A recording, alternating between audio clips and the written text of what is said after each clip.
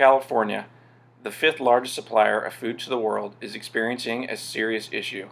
With over 400 different commodities on 43 million acres of land, we have plenty of food but not enough hands to harvest and care for our crops.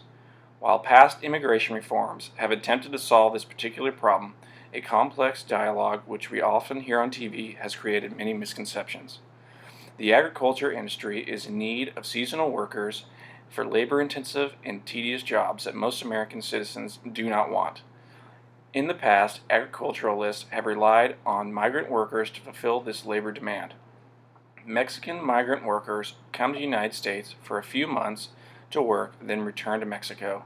However, the complexity of the legal system has made the process of finding and hiring migrant workers difficult for many employers. California strawberries is an industry which contributes to roughly $3.4 billion to the state's economy. Labor shortages have been harming farms and forcing farmers to leave fresh fruit in their fields. With 400 family farms providing 90% of the country's strawberries, it shocks many when told that. With 10,626 acres of strawberries locally grown in Santa Maria, this is a local problem.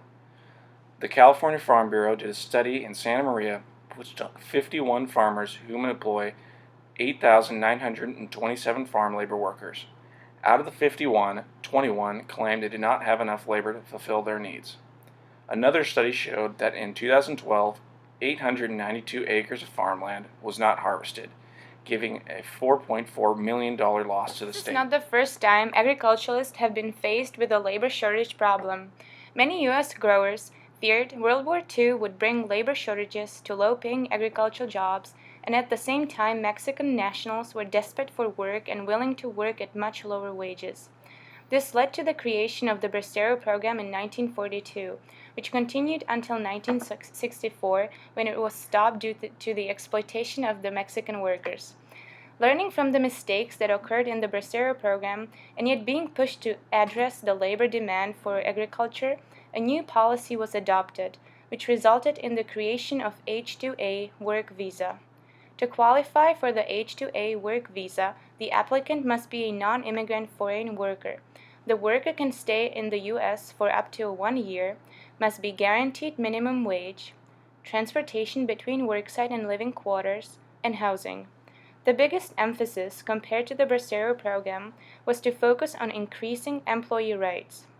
Even with the improvements, there are still issues that prevent workers from coming to work in the U.S. With the current H2A program, migrant workers are guaranteed minimum wage, but there is still a labor shortage occurring in California. Giving better wages to those who are working hard hourly, as well as those working specialty jobs on the farm, should be paid at a higher hourly wage.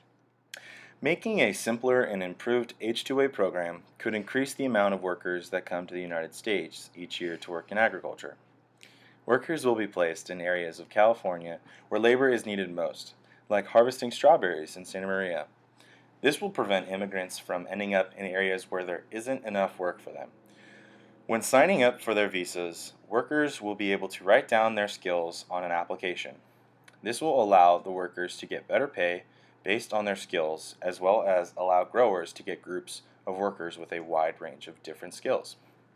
By getting workers to where they are most needed, this will allow growers to get the highest yields possible and have minimal crop losses from not harvesting in time. One benefit for the workers would be adequate housing. Large agricultural businesses would have to provide housing for their contracted workers.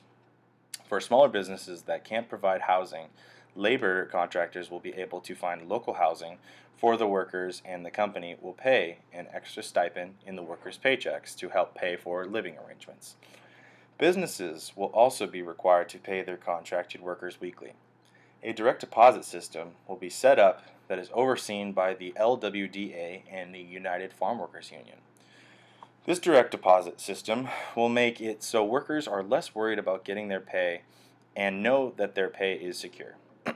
As far as getting to the United States, transportation from Mexico will be provided through labor contractors. The labor contractors will be employees of the United Farm Workers Union. This idea can be fulfilled by a bus system regulated at a station near the border.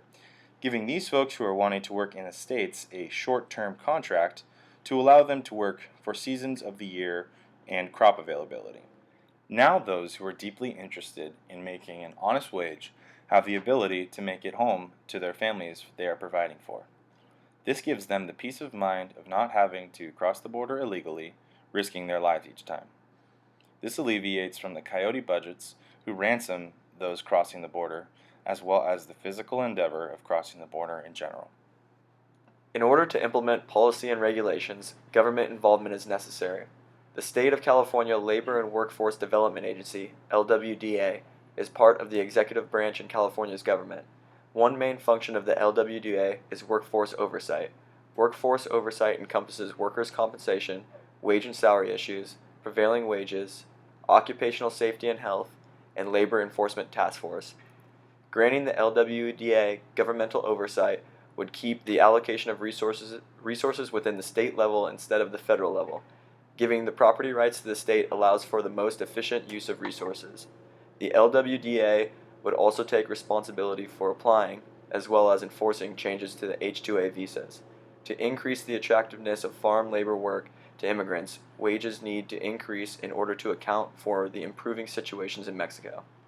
We suggest creating a wage that starts at a base rate, but also has a piece rate to incentivize the workers during harvest. The sum of the base rate and the piece rate will guarantee an income over minimum wage. Skilled workers who can operate complex harvesting equipment or tractors, will receive an increase in base pay. Increasing regulation to make wages more competitive means increasing taxes on said wages. The first is Social Security. This needs to be applied to all workers for the system to continue to grow. Unemployment tax will also be taken out of paychecks.